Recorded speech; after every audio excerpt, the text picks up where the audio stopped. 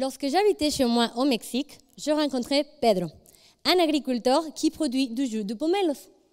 Son business marche très bien et des tonnes de jus sont vendus par lui chaque mois au Mexique. Bah oui, il faut mélanger la tequila avec quelque chose.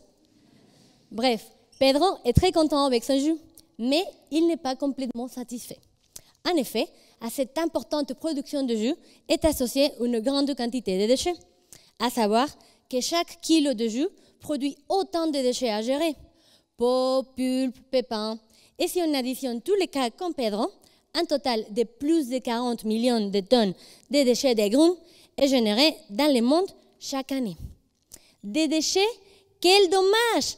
La peau de pomelos contient tout un tas de composés super intéressants, comme la narangine, une molécule associée à des effets santé très positifs, anti-inflammatoires, antioxydants, protection du système cardiovasculaire. Pourquoi pas tenter de l'extraire de la peau de pomelos? Petit problème, la narangine est très maligne. Elle refuse de sortir facilement de ses peaux, à moins qu'elle ne soit utilisée des méthodes très performantes, mais souvent chères ou polluantes. Pedro m'a dit qu'il n'est pas capable d'investir autant d'argent pour extraire la narangine. Il a besoin d'une méthode simple, rentable et écologique pour valoriser ses déchets. Et c'est là que j'interviens. Mais comment faire sortir cette narangine? En utilisant des broyeurs et des enzymes qui déchirent le tissu végétal, obligeant cette molécule à quitter son petit refuge cellulaire. Puis, simplement en pressant fortement ces peaux pour extraire leur liquide, et voilà, comment 90% de la narangine quitte les peaux et se retrouve dans ces liquides extraits. Quel résultat encourageant! Mais un autre problème arrive. La narangine, maintenant présente dans ces liquides extraits, n'a pas été entraînée toute seule. D'autres composés l'ont accompagnée.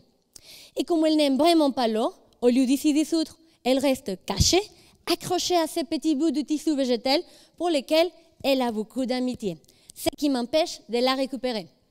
Ma stratégie, séparer par taille toutes ces petites particules micrométriques et identifier à quelle taille et sous quel état physique se retrouve cette narangine si têtue, pour ensuite la décrocher ou la rendre disponible et augmenter le rendement d'extraction.